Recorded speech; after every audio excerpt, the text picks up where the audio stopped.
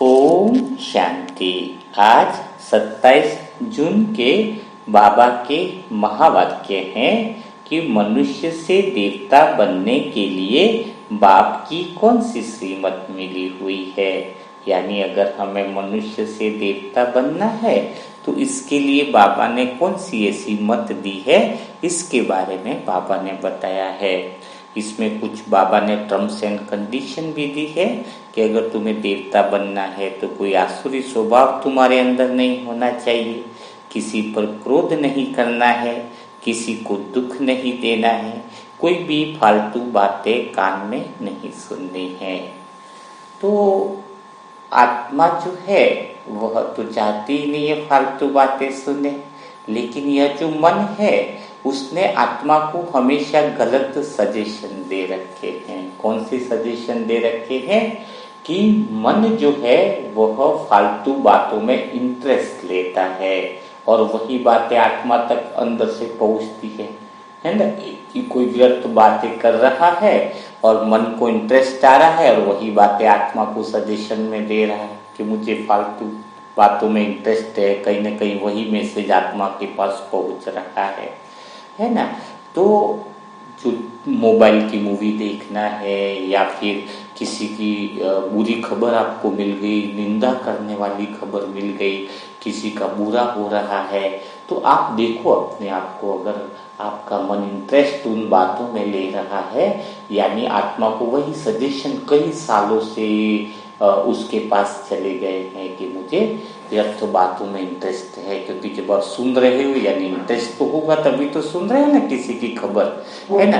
तो आज से इस पैटर्न को चेंज करना होगा। चेंज क्या करना है, अपने आप को 4-5 संकल्प अच्छे देने हैं कि मुझे सिर्फ भगवान की बातों में इंटरेस्ट आ रहा है, मुझे बाबा से नए नए योग लगाने में इंटरेस्ट आ रहा है, मुझे अपने हिसाब किताब को पूरा करने में इंटरेस्ट आ रहा है, मुझे दुनिया की आत्माओं की मदद करने में इंटरेस्ट आ रहा है ना। तो जब आप इस तरीके से, आपका इंटरेस्ट कौन सा होना चाहिए, जिसमें आपका कल्याण हो, जिसमें आपका भला हो, वही बातों में आपको इंटरेस्ट आना चाहिए और वही 8-10 संकल्प आपको आत्मा को देने हैं, जिससे आपको क्या आएगा, बाबा के योग में आपको आनंद आने लग जाएगा। बाबा के साथ सर्व संबंधों में इंटरेस्ट आने लग रहा है तो मुरली मंथन में आपको इंटरेस्ट आने लगेगा। तो कितना अच्छा रहेगा। ऐसा नहीं बोलना है कि मुझे फालतू बातों में अब इंटरेस्ट नहीं रहा, तो फालतू बातों में इंटरेस्ट नहीं रहा तो आपको फालतू बातों में और इंटरेस्ट आएगा। उसकी जगह आपको क्या बोलना है, मुझे समर्थ बातों में इंटरेस्ट आ रहा है ना। बाबा ने आजकल के समय भी वेस्ट नहीं करना है तो मुझे भगवान की बातों में इंटरेस्ट आ रहा है। ऐसे शुद्ध संकल्प आज आपको करने ही है, करीबन 8 से 10 संकल्प आपको करने हैं। अब क्या होता है, वो संकल्प के जो पैटर्न है वह भी आपको चेंज करने होंगे। जैसे बता दिया कि आपको कि मुझे आत्मा को इसमें इंटरेस्ट आ रहा है, यह सजेशन आत्मा और अच्छे तरीके से कैसे ले सकती है। तो इसके लिए आपको और एक काम बहुत बढ़िया से करना है कि आपको लिख करके करना है।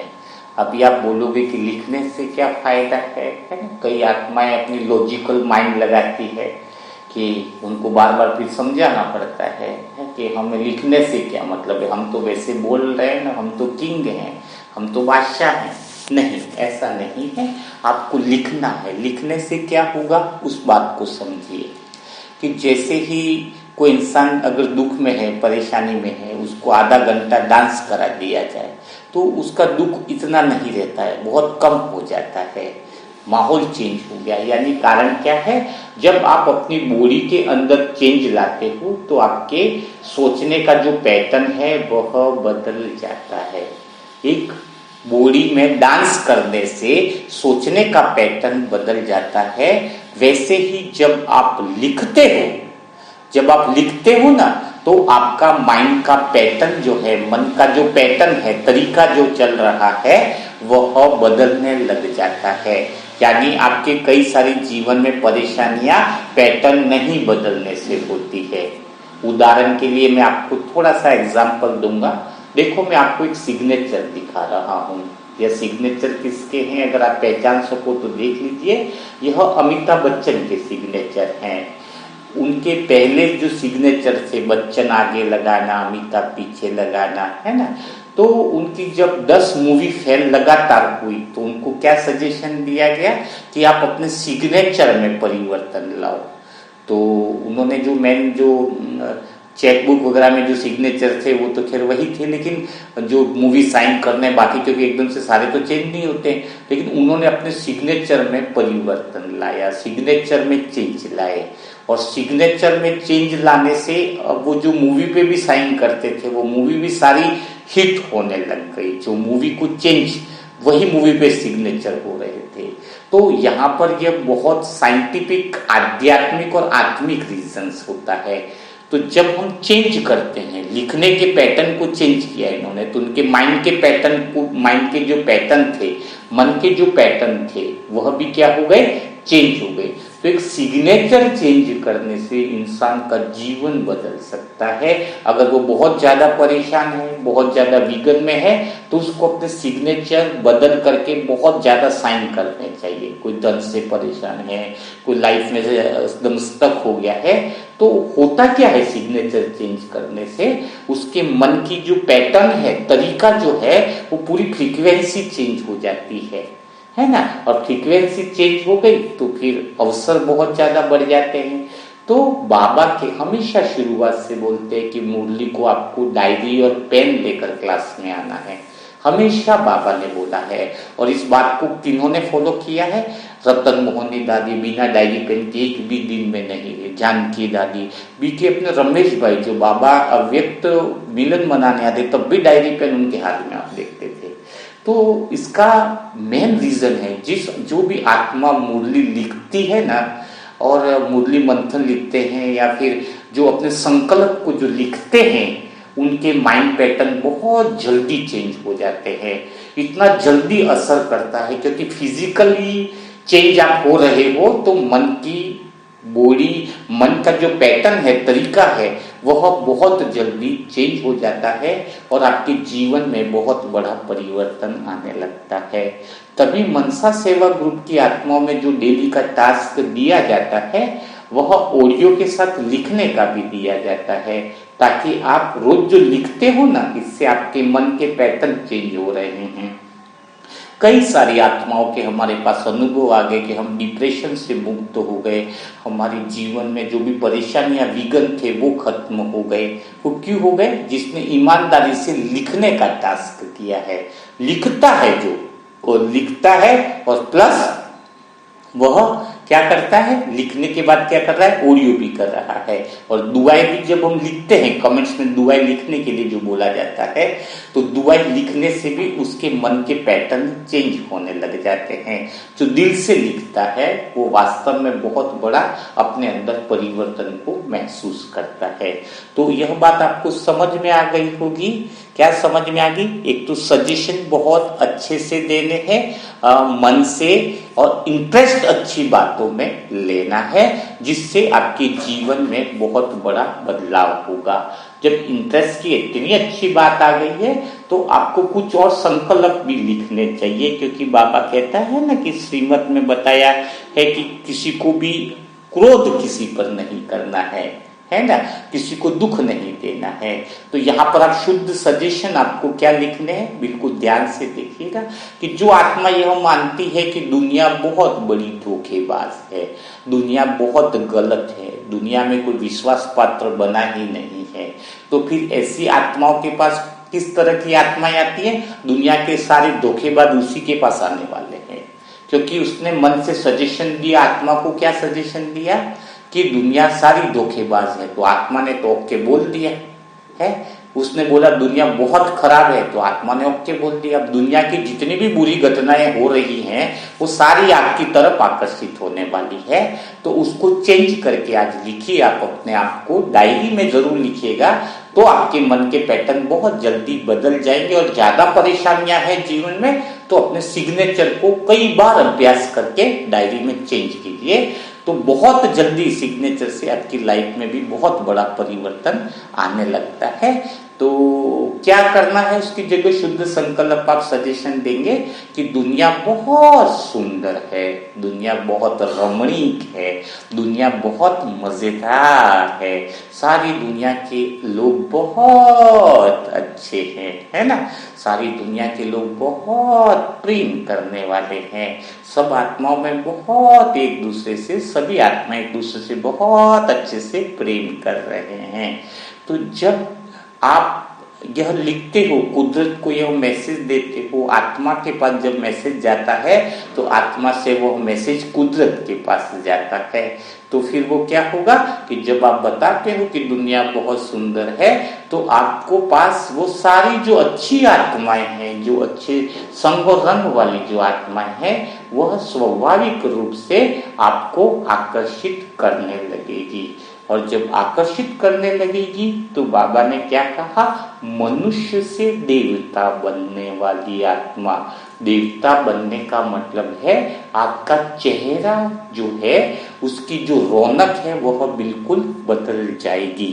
चेहरे के अंदर, एक तो चेहरे की उम्र कैसे पता चलती है, एज, एक तो उम्र के साथ चेहरा बदलता है। एज होती है ना, जैसे कोई 30 साल का हो रहा है, 35 साल का हो रहा है, 40 साल का हो रहा है, तो उससे उम्र से उसका चेहरा बदलता जाता है। और दूसरा जो चेहरे में परिवर्तन आता है उसके आभा मंडल से आता है, उसके सोच, उसके विचार, उसके वाइब्रेशन से चेहरे में चेंज आता है, चेहरा बदलता जाता है।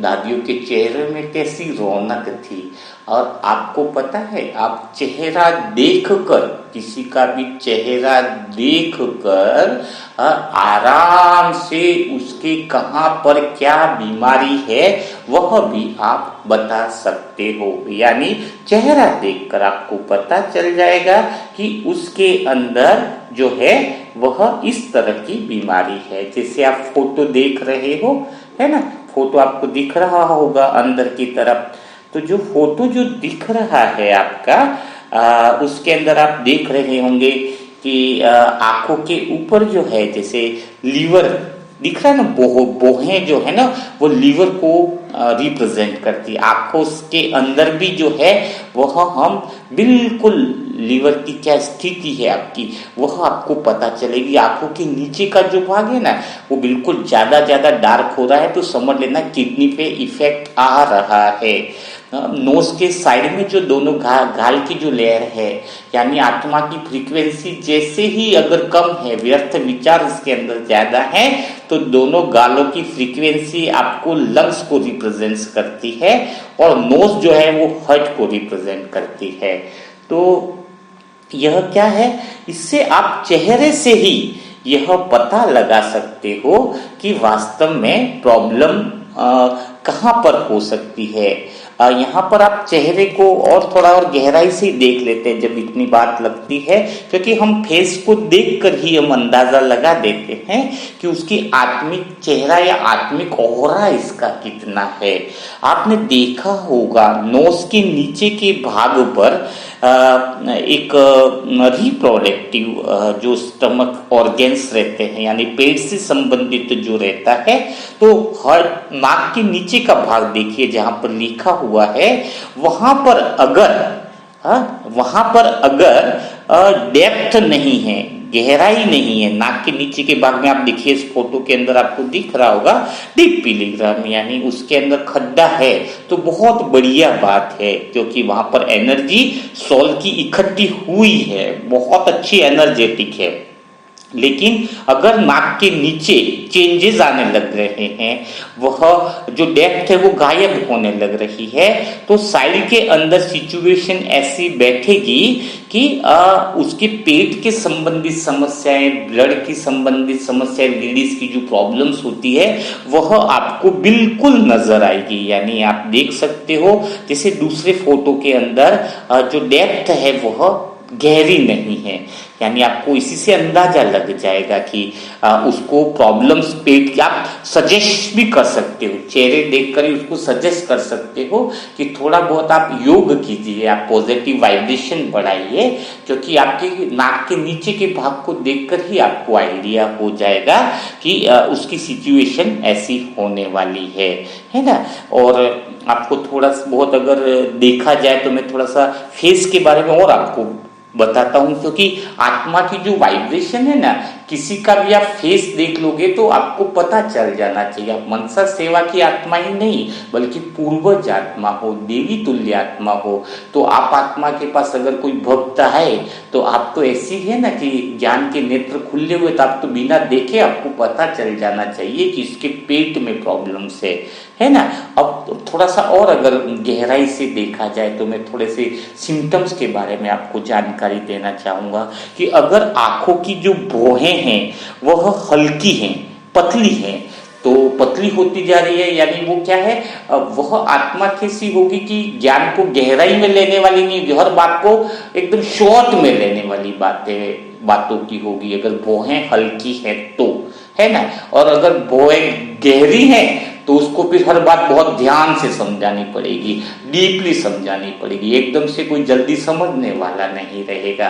तो जब हमें कोई ज्ञान देना होता है तो हम भौहों को जरूर देख लेते हैं, अगर उसकी भौहें गहरी है तो हमें पता चल जाता है कि उसको हर बात डिटेल में समझानी पड़ेगी, और भौहें अगर हल्की है तो समझ में आ जाता है कि शॉर्ट थ्योरी में विश्वास करते हैं कि मेन काम की बातें हैं वह आप देख लीजिए, है ना।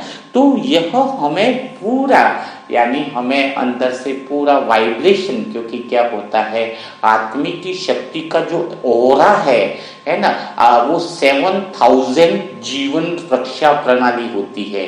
जीवन जीने के लिए कितनी ऊर्जा, प्राण शक्ति ऊर्जा की आवश्यकता है, 7000, यानी हर एक गुण की 1000 जीवन रक्षा प्रणाली ऊर्जा होती है। जब उसकी ऊर्जा कम होने लग जाती है, यानी व्यर्थ विचारों से, व्यर्थ बातों से, तो फिर क्या होगा, उसके चेहरे के अंदर हमें समझ में आने लगता है। तो यह चीज आपको समझ में आ गई होगी। थोड़ा बहुत अगर आज बात निकली है तो थोड़ा बहुत मैं और आपको गाइडलाइन कर देता हूँ। जिसकी अंदर समाने की शक्ति नहीं है, जिसके अंदर बात बात में लोगों को विश्वास नहीं, मतलब ट्रस्टेबल पर्सन नहीं होता है, थोड़े उसकी आत्मा की जो वाइब्रेशन है ना, वो दांत की तरफ एनर्जी को कम कर देते हैं। जो लोग बातें बता देते हैं लोगों को, तो उनके टीथ है ना बाहर की तरफ निकले हुए रहेंगे। जिसके टीथ बाहर की तरफ होंगे ना, वो एकदम से विश्वास पात्र नहीं रहता है, वो सबको बातें बता देता है, उसके पास वो सहन शक्ति की कमी होती है, समाने की शक्ति की कमी होती है। तो थोड़े टीथ जिसके बाहर हैं और उसको रियलाइज होता है कि मैं ट्रस्टेबल पर्सन, वो खुद भी दूसरों पे भरोसा नहीं करता है और दूसरे भी उस पर भरोसा नहीं कर पाते हैं, तो ऐसी आत्मा को सहन शक्ति बढ़ानी चाहिए। ऐसा नहीं कि टीथ हल्के से बाहर है तो फिर वो सदा ऐसा रहने वाला है, नहीं, वो उसको समाने की शक्ति को बढ़ाना चाहिए, ऐसी आत्माओं को अटेंशन देना चाहिए। और हमें थोड़ा सा परखने की शक्ति आने से हमें पता चलता है कि हमें कहाँ से सावधान रहना है, कहाँ पर नहीं रहना है ना। तो ये सारी चीजें होती हैं जो बहुत गहराई में लेकर के जाती हैं। अगर आपको इसके बारे में और डिटेल अध्ययन करना होगा या आपका इंटरेस्ट होगा कि हम आत्मा के ओरा को शरीर के द्वारा कैसे पहचाने, है ना, शरीर से क्या है हम बिल्कुल पहचान लेते हैं। और भी बहुत सारी चीजें हैं, अगर इसके लिए आप बोलोगे तो मैं पूरा सेशन कराऊंगा, नहीं तो आधा 1 घंटा 2-1.5 घंटा इसी में ही चला जाएगा। तो आज मैंने थोड़ी सी आपको जानकारी इसलिए दी कि आपके पास इतनी पावर है तीसरी आई में कि खाली आपको किसी की कुंडली देखने की जरूरत नहीं है, किसी का बर्थडे देखने की जरूरत नहीं है, सिर्फ आप फेस देखोगे ना तो आप बता दोगे कि लाइफ में उसका क्या वाइब्रेशन या किस तरह का ओहरा है। उसके ओहरे से ही आप आंखों को देखकर, उसके सिम्टम्स, गाल के ऊपर निशानों को देखकर, सब कुछ देखकर ही आप आइडिया लगा दोगे कि ये ऐसा है। तो आप कमेंट बॉक्स में जरूर लिखिएगा कि आपको अगर इसमें इंटरेस्ट है ओहरे का, प्रभामंडल का शरीर पर कैसे इफेक्ट, हम शरीर को देखकर किसी के ओहरे से आगे सक्सेस भी मिलने वाली है या नहीं है, तो वह, क्योंकि आपके विचार जो है ना वो आपके भविष्य का निर्माण करते हैं। आज आपके जीवन में आप जो भी कुछ हो, वो पिछले 6 महीने से आपने जो सोचा है उसका रिजल्ट आपको, आप पिछले 6 महीने की आपकी जो मन में जैसे विचार चले हैं वैसी ही स्थिति आज आपकी है। तो अगर आज आपके विचार बहुत अच्छे हैं, आपके मन के सजेशन बहुत अच्छे हैं, तो अगले 6 महीने के अंदर आपका पूरा जीवन बदलने वाला है। फेस भी आपका पूरा बदल जाएगा। दादियों के चेहरे देखे ना, उनके चेहरे का एज का इफेक्ट नहीं रहा, उनके वो आभा मंडल का इफेक्ट रहा। उनका चेहरे का अगर अध्ययन करें ना तो बहुत मजा आएगा। हम देखेंगे दादियों के चेहरे के बारे में भी, हम आपको डीपली गहराई से उसकी नॉलेज भी आपको जरूर देंगे, है ना। और कभी ये मत सोचना चेहरे पे हर चीज यूनिक है। नाक अगर हल्का सा मोटा भी है तो वो वेल्थ और धन को बहुत आकर्षित करता है। इसलिए भगवान ने जो रचना आपको दी है वो बहुत अच्छी, सुंदर और बहुत प्यारी रचना दी है। तो चलो, आज न जाने फेस की बात निकल गई, तो इसलिए आपको उसका ऑरा आपको पता चला है। तो अब हम बात करेंगे आगे की तरफ कि बाबा आगे क्या कह रहे हैं। तो बाबा ने आज मुरली चलाई है देवता बनने पर, लेकिन देवता सीधा तो बनेंगे जब हम फरिश्ता बनेंगे। तो चेहरे का ऑरा मंडल अगर आपको बढ़ाना है, आपका चेहरे का ऑरा मंडल यानी वो फेस का जो कहते हैं कि आपकी वाइब्रेशन का आभा मंडल इतना ज्यादा हो कि आप जहां कदम रखो एकदम से अलग सा आकर्षण सा छा जाए, अलग सी छवि आपकी बन जाए। तो इसके लिए हम कुछ अभ्यास करेंगे जिससे आपको यह मदद मिलेगी। तो सबसे पहली बात है कि बाबा ने कहा कि देवता बनना है तो इसके लिए फरिश्ता तो बनना बहुत ज्यादा जरूरी है। तो फरिश्ता की मेन बात क्या होती है पता है आपको? फरिश्ते का अर्थ है कि मन बिल्कुल साइलेंट अवस्था में चला जाता है, यानी जिसका ज्ञान का नेत्र जिसका खुल जाता है। ज्ञान का नेत्र खुलने का अर्थ है कि वह प्रेम की आंख आपको मिल जाती है। प्रेम की आंख का अर्थ क्या है? प्रेम की आंख का अर्थ है कि आपको देखो, ब्रह्मा बाबा के तन में भगवान आए, गली मोहल्ले में सबको पता था, लेकिन क्या सभी लोग सामने आने पर भी क्या ब्रह्मा बाबा के अंदर शिव बाबा को पहचान पाए कि यहाँ इनके अंदर भगवान आ रहे हैं? कई सारी आत्माएं ट्रांस में चली जाती, लेकिन फिर भी आसपास की आत्माओं को पता नहीं चल पाया कि भगवान आया है। क्यों? क्योंकि भगवान आया वह उन्हीं को अनुभव होता है जिनके पास ज्ञान का तीसरा नेत्र यानी प्रेम की वह आंख होती है। वरना कोई सामने से भी जाएगा तो भी भगवान को नहीं देख पाएगा। मीरा को क्या मिली? वह प्रेम का नेत्र उसका खुल गया।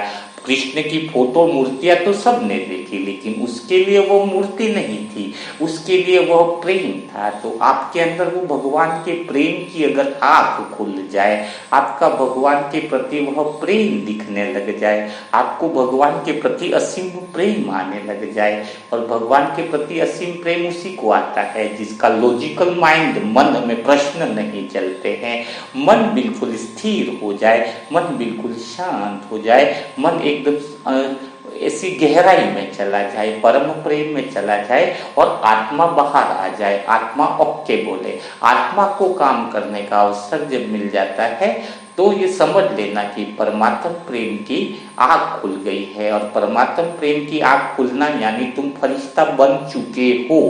अगर तुम फरिश्ता बन गए हो, तुम्हारा एक स्वरूप सत्युग सूक्ष्म वतन में फरिश्ता का है।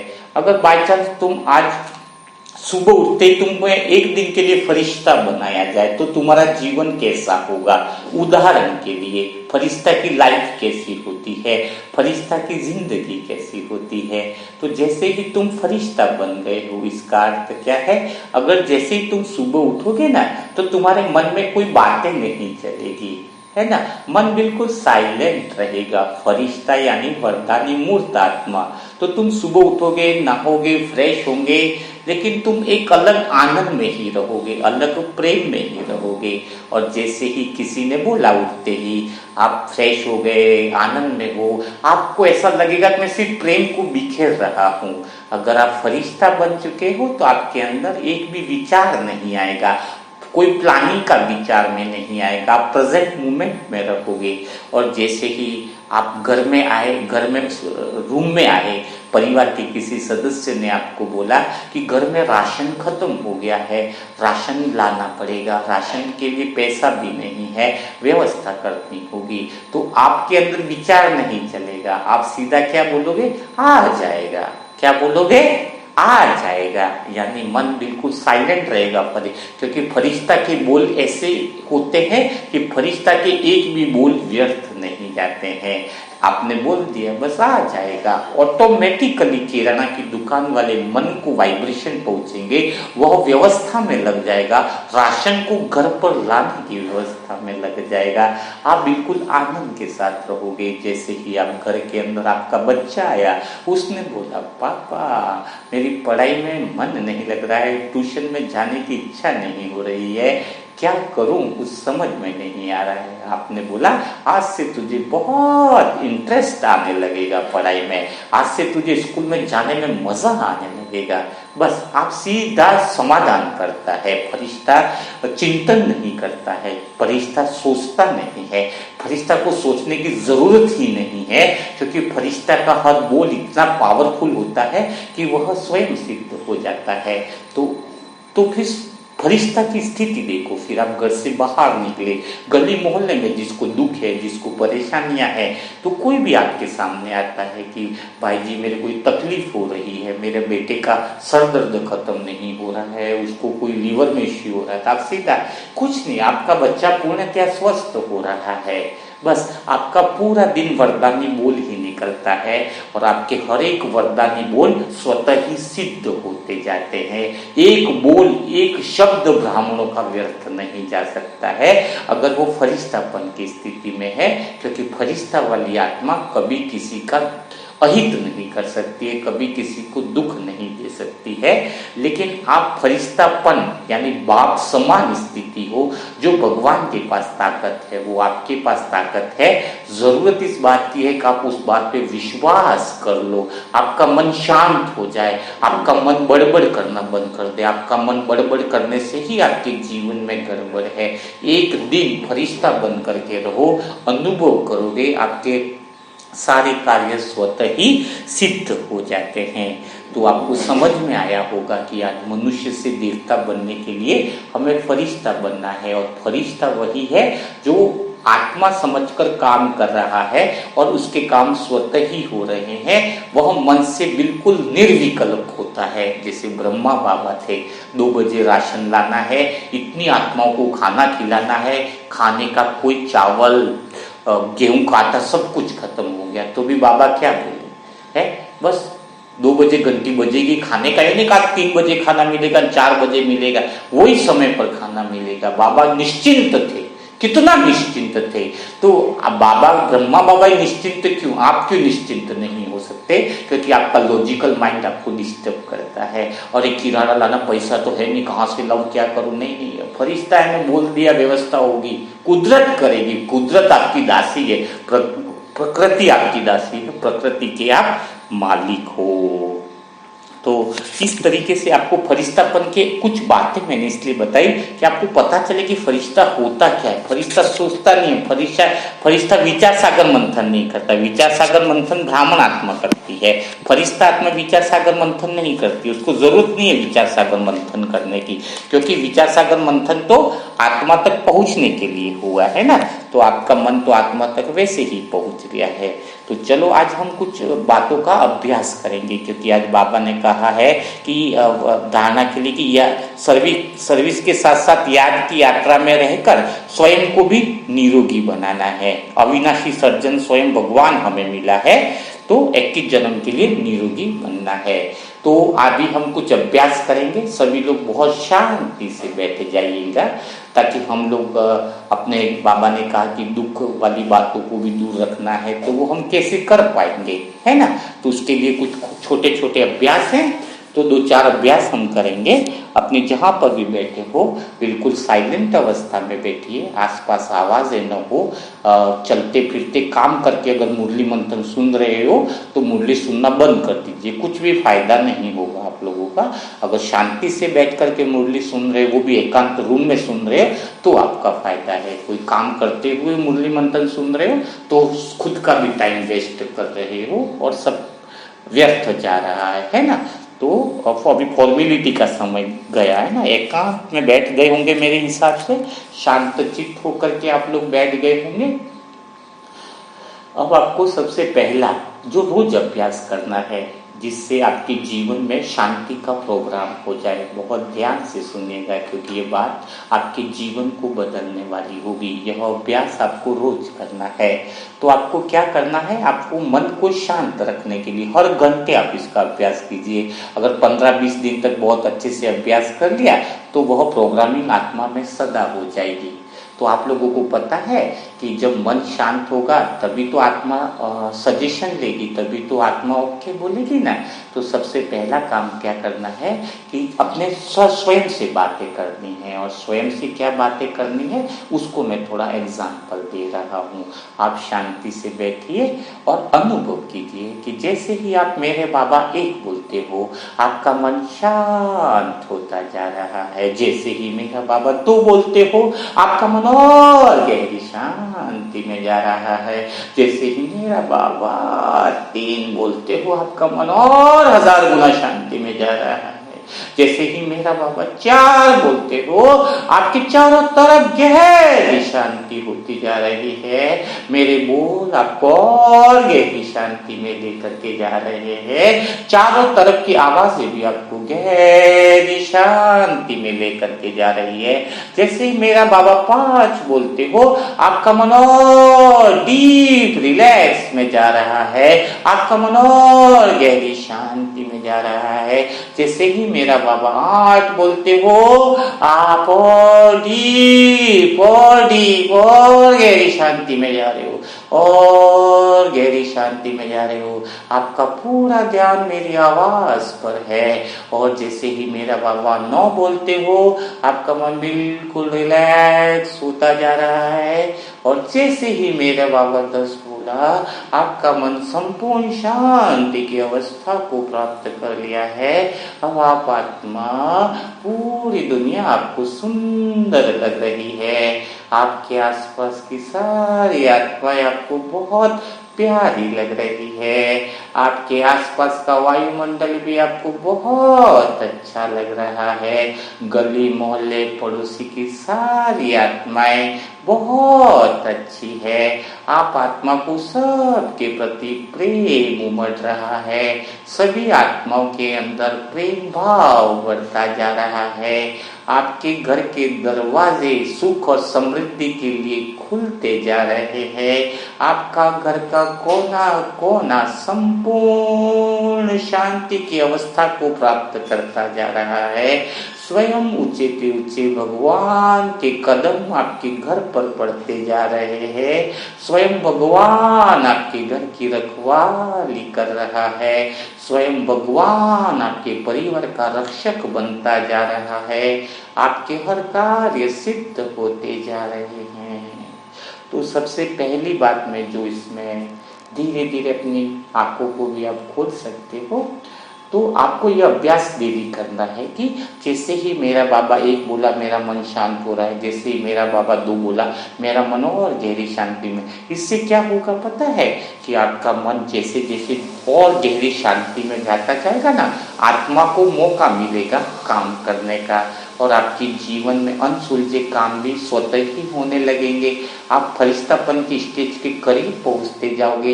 आपका फेस जो मैंने बताया वह ऑटोमेटिक बदलता जाएगा, उसमें रूहानियत आएगी, है ना। चेहरा अगर आपका बहुत अच्छे से जा रहा है यानी आपके सारे रोग क्या हो रहे हैं, सब फिनिश होते जाएंगे। तो यह पहला अभ्यास आपको रोज करना है। इस बात को आप समझ गए होंगे। व्हाट्सएप पे कल मैंने डालने के लिए बोला था ऑडियो कमेंट्री, कुछ के पास पहुंच नहीं पाई है क्योंकि लॉन्ग ऑडियो कमेंट्री है ना, तो व्हाट्सएप पे सेंड ही नहीं हो पा रही है। तो आज इसको हम थोड़ा पीडीएफ में बदलेंगे तो शाम को 5 बजे सबको मिल जाएगी। जिन आत्माओं को नहीं मिली है उनको कमेंट्री मिल जाएगी, ठीक है ना। तो यह अभ्यास आपको डेली करता है। दूसरा अभ्यास आपको कौन सा करना है? आज बाबा ने आपको क्या बनाया है? आज बाबा ने आपको निरोगी बनाया है। तो निरोगी बनाया है तो आपको रमणीकता के साथ अनुभव करना। आत्मा जितना इंटरेस्ट लेगी उतना ही तो रमणीकता का अनुभव करेगी। तो अभी आप अनुभव करोगे, बिल्कुल प्यार के साथ बैठेंगे, क्योंकि हमारे सूक्ष्म कर्मेंद्रियों का फरिश्ता रूप एक सेकंड में कहीं पर भी पहुंच जाता है। तो आज हम अभी अनुभव करेंगे और अगले 2 से 3 मिनट के लिए क्या बिल्कुल घर पर कैसे है, शांति से बैठे हैं, बिल्कुल प्यार से आनंद के साथ बैठे हैं। और आज बाबा रूहानी सर्जन बनकर आपको चेक करने के लिए आया है। स्वयं भगवान आज रूहानी सर्जन बनकर आपको चेक करने के लिए आया है। जैसे ही भगवान के कदम आपके पास बढ़ते जा रहे हैं, आपका मन बहुत गहरे आनंद में जाता जा रहा है। जैसे कदम भगवान के और आगे बढ़ते हैं, आपका मन और परम आनंद में जाता जा रहा है। और वह समय आ गया है जब भगवान आपके निकट आ गया है। भगवान आपको हाथ सर पर रखकर आपको चेक करता है कि आपके शरीर में कोई प्रॉब्लम तो नहीं है, कोई दिक्कत तो नहीं है। आप बड़े मुस्कुराकर आप रूहानी सर्जन की तरफ देखते हो। बाबा के इस रूप को देखकर आप बड़े प्रसन्न हो जाते हो और बाबा के हाथ में हाथ रखकर कहते हो, बाबा आज मेरे पूरे शरीर को आप चेक कर लो और मुझे जो जरूरत है वह आप दवाई दे देना। तो बाबा मुस्कुरा कर कहते हैं कि मेरे प्यारे बच्चे, तुझे कुछ भी कभी नहीं हो सकता है। यह शरीर तेरा नहीं है, यह शरीर तो मुझ आत्मा का है जो विश्व परिवर्तन के कार्य में मुझे यूज करना है। फिर बाबा सामने एक ट्रे देते हैं और उसमें 5 अलग अलग तरह के जूस रहते हैं जो करीबन 20 तरह के फलों से बने हुए हैं और एक ऐसी पावर उसमें डली हुई है जो पूरे शरीर को आपको निरोगी बना देगा। बहुत ही पावरफुल है। स्वयं भगवान रूहानी सर्जन बनकर आपके पास बैठा हुआ है। आप बेड पर आराम से बैठे हुए हो और बाबा के हाथ में वो ट्रे और जूस को देखकर आप बड़े प्रसन्न हो जाते हो। बाबा कहते हैं जूस कोई साधारण नहीं है, यह जूस तुम्हें 21 जन्मों तक के लिए भी सदा के लिए स्वस्थ और निरोगी बना देगा। और जैसे ही पहला जूस बाबा अपने हाथ से पावरफुल दृष्टि से आपको देते हैं, आप बहुत प्यार से वो फलों के जूस को ग्रहण करते हैं। जैसे ही फलों का जूस आप लेते हो, बाबा की दृष्टि को देखते हुए जूस लेते हो, स्वयं भगवान आपको वो जूस दे रहा है जिससे शरीर की आपकी हर एक कोशिका एकदम एक्टिव हो रही है। चेहरे की हर एक नर्व्स एक्टिव होती जा रही है। खून आपका एकदम सही तरीके से रोटेशन करता जा रहा है। वो जूस पीते ही आपके शरीर में एकदम एनर्जी आ जाती है, शरीर के रोम रोम में एनर्जी आ जाती है।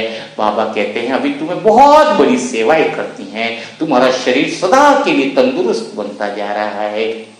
फिर बाबा जैसे ही दूसरा जूस देते हैं, दूसरा जूस जैसे ही आप पीते हो, आपकी शरीर की हर एक नब्ज और एक्टिव हो जाती है, हर एक नाड़ी के अंदर ऊर्जा आने लग जाती है। आप बहुत पावरफुल हो जाते हो, इतने पावरफुल हो जाते हो कि आपको लगता है कि आप सारे विश्व की सेवा करने के लिए आपका शरीर पूर्णतः तैयार है। जैसे ही तीसरा जूस पीते हो, आपकी हर एक 72,000 खरब कोशिकाओं के अंदर एक रोमांच खड़ा हो जाता है। हर एक नब्ज और कोशिका मानो पावरफुल होती जा रही है। जैसे ही चौथा जूस ग्रहण करते हो, शरीर के सारे बैक्टीरिया आपके खत्म हो जाते हैं, सूक्ष्म बैक्टीरिया भी खत्म हो जाते हैं और आपका शरीर और स्वस्थ और तंदुरुस्त होता जाता है।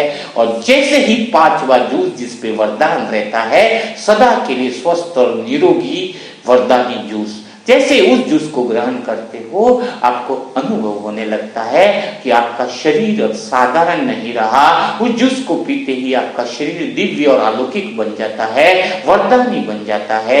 आपके शरीर के अंग अंग में परमात्म प्रकाश फैल जाता है और जूस की एक एक बूंद खून के अंदर मिल जाती है और आपका खून एकदम स्वच्छ बनने लग जाता है, एकदम निर्मल बनने लग जाता है और आपके अंदर वो एनर्जी, वो पावर को पाकर आपका मन बहुत प्रसन्नता का अनुभव करता है। आप बहुत पावरफुल स्थिति का अनुभव कर रहे हो, बहुत पावरफुल स्थिति का अनुभव कर रहे हो। और फिर भगवान का वरदानी हाथ आपके सर पर रखकर भगवान सदा स्वस्थ भव, निरोगी भव का आपको वरदान देते हैं। इस वरदान को अनुभव कर आपका मन बड़ा खुश हो जाता है। आप परमात्म प्रेम की गहराइयों में डूब जाते हो कि देखो वो भगवान जो सारे हिसाब किताबों को पूरा कर भगवान मुझे स्वस्थ बनाए रहा है, सुंदर बना रहा है, मेरे शरीर का पूरा ध्यान रख रहा है। ऐसे गहरे अनुभव में रहकर आपको बहुत अच्छा लग रहा है। तो यह अनुभव भी आपके लिए शायद बहुत बढ़िया रहेगा। आप बहुत सारी गोलियां खाते हो, दवाइयाँ खाते हो, लेकिन दिन में एक बार आप अमृत वेला हो, नुमा शाम हो, भगवान को रूहानी सज्जन बनाकर आपको बुलाना चाहिए और उनके हाथ से 4-5 जूस आपको लेने ही है, पीने ही है। उनके हाथ के पिए हुए जूस से आपके अंदर कितनी भी बड़ी बीमारी हो, कितनी भी बड़ी चीजें क्यों न हो, आपका शरीर एकदम बढ़िया हो जाएगा, एकदम एक्टिव हो जाएगा। इसलिए कहते हैं ना कि आत्मा है ना रमणीक अनुभव करे। आत्मा में जब इंटरेस्ट पैदा होगा, इंटरेस्ट का अर्थ यही है कि जब मैं बात कर रहा हूँ तो आपका पूरा ध्यान मेरी बातों पर रहना चाहिए, पूरा ध्यान आपका अटेंशन मेरी बातों पर रहना चाहिए ताकि आपका जीवन बदल जाए। क्योंकि अगला अनुभव भी हम थोड़ा कर लेंगे, जो दुनिया में जिन आत्माओं के शरीर पर बहुत ज्यादा दर्द है, उन दर्द को खत्म करने के लिए हमें क्या करना होगा। तो आज भगवान आपको वह साधन दे रहे हैं जिससे आप दुनिया में जिसके भी शरीर में दर्द है, किसी के पीठ में दर्द है, किसी की कमर में दर्द है, किसी के हाथ में दर्द है, तो उस दर्द को आप क्या कर सकते हो, उस दर्द को आप खत्म कर सकते हो। तो तैयार हो जाइए, 2-4 मिनट का और हम अनुभव करेंगे बड़े रमणीकता के साथ। जो इंटरेस्ट लेता है, जो रमणीक होता है, वही इसका आनंद ले पाता है। अब आप बिल्कुल प्यार से, आज हम वतन में जा रहे हैं तो अनुभव करेंगे कि हम बिल्कुल आंखें बंद कर रहे हैं, गहरे रिलैक्स और गहरी शांति में जा रहे हैं। आप इतनी गहरी शांति में जा रहे हैं कि अभी आप फरिश्ता के रूप में पहुंचकर सीधा बाबा के पास पहुंच जाते हैं। आपका मन इतना पहले से शांत है कि अब आपको सेकंड लगता है बाबा के पास पहुंचने में। आपके अंदर वह पावर आ गई है, आपका शरीर शक्तिशाली हो गया है। और जैसे ही सूक्ष्म वतन में बाबा के पास पहुंचते हैं, बाबा झूला झूल रहे होते हैं और बाबा के पास आप पहुंचते बाबा कहते हैं, हे मेरे प्यारे बच्चे, बताओ आज क्या मैसेज लेकर के आए हो, आज क्या बात लेकर के आए हो। और आप बाबा के पास झूले में बैठ जाते हैं और बाबा को कहते हैं, बाबा मुझे आज कुछ ऐसा कुछ दीजिए जिससे मैं सभी के शरीर के दर्द को ठीक कर सकूं। तो बाबा कहते हैं कि चलो आज तो मैं तुम्हारे साथ चलूंगा। बाबा बड़े प्रसन्न हो जाते हैं आपको देख करके, मेरा बच्चा मेरे पास कुछ बातें लेकर के आया है और वो भी दूसरों के दुख दर्द की दूर करने की। आपके सच्चे हृदय को देखकर बाबा बड़ा प्रसन्न हो जाता है। आप झूले में झूलते रहते हो, आप कभी बाबा को देख रहे हो, कभी अपने आप को देख रहे हो। आपके शुद्ध हृदय को देखकर जो बाबा के चेहरे पर खुशी है उसको आप अनुभव कर रहे हो। बाबा के मुख से आप प्रशंसा सुनकर आपका हृदय गदगद हो जाता है। और बाबा फिर आपको एक गदा देते हैं जो स्पंज की गदा होती है। उस गदा पे लिखा रहता है सबके दर्द को गायब करने वाली गदा, है ना। वो स्पंज की गदा है ना, लोहे की नहीं है। वो गदा को देखकर आप बड़े प्रसन्न हो जाते हो। आप बाबा को पूछते हो कि इस गदा की क्या विशेषता है, तो बाबा ने कहा कि आज इस गदा से तुम जिस जिसको ठोकोगे, जिस पर दर्द है उस पे तुम मारोगे। इसके अंदर इतनी वाइब्रेशन है, ये स्पंज की गदा है, तो जितने प्यार से तुम उसको मारोगे उसके सारे दर्द खत्म हो जाएंगे। आप उस गदा को पकड़ते ही बड़े प्रसन्न हो जाते हो, बड़े आनंद में हो जाते हो और बाबा का हाथ पकड़कर चलते हो उन आत्माओं के पास जिनके शरीर में दर्द है। तो बाबा कहते हैं कि चलो सबसे पहले मंदिरों में चलते हैं या फिर हॉस्पिटल में चलते हैं। तो आपने बताया कि मुझे पता है कि कुछ आत्माएं ऐसी है जिनके शरीर में बहुत बड़े दर्द हैं। आप बहुत बड़े एक्साइटमेंट में हो जाते हो, जैसे ही कदम आगे बढ़ते जाते हैं आपके अंदर एक्साइटमेंट बढ़ता जाता है। आपके हाथ में वो गदा है जिससे सबके शरीर के दर्द गायब होने वाले हैं, शरीर के कोने कोने का दर्द गायब होने वाला है। आपके हाथ में उस गदा को प्राप्त कर आप बड़े प्रसन्न होते हो। स्वयं भगवान ने आप पर भरोसा किया है, स्वयं भगवान ने आप पर विश्वास किया है कि आपके हाथ में आज वो गदा है जिससे आप सभी के शरीर को दर्द को ठीक कर सकते हो। भगवान ने कहा कि तुम्हारे पास 3 घंटे का समय है, 3 घंटे तक इस गदा का यूज करते जाओगे। जैसे जैसे समय खत्म होता जाएगा तो फिर आपकी गदा की शक्ति खत्म होगी। तो आप कहते हो कि जल्दी से जल्दी मैं पहुंचता हूं और जल्दी से आप उन आत्माओं के पास पहुंच जाते हो जिनके शरीर में दर्द है और दे धनाधन ट्रीटमेंट चालू कर देते हो।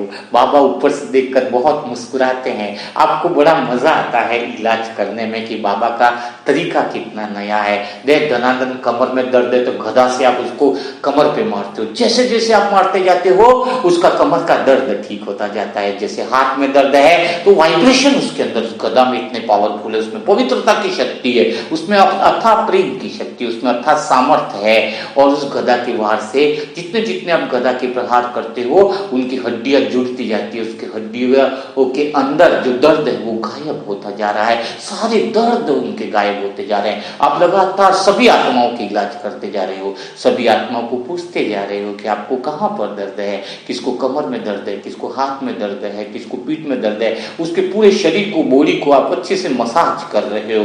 देख धनाधन आपके पास फिर इतनी पावर है कि आप फटाफट 1 2 4 5 10 20 30 सबको एक साथ दे धनाधन धनाधन धनाधन। जैसे जैसे आप उनके वाइब्रेशंस उनके शरीर को टच हो रहे हैं, शरीर का दर्द गायब हो रहा है। वास्तव में कोई साधारण गदा नहीं है, यह परमात्मा की गदा है, वरदानी गदा है, स्पंज की गदा है, जिसके अंदर इतनी पावरफुल शक्ति है कि जिस को यह गदा टच कर गई है वह गदा से पूरे शरीर का दर्द उसका गायब होता जा रहा है।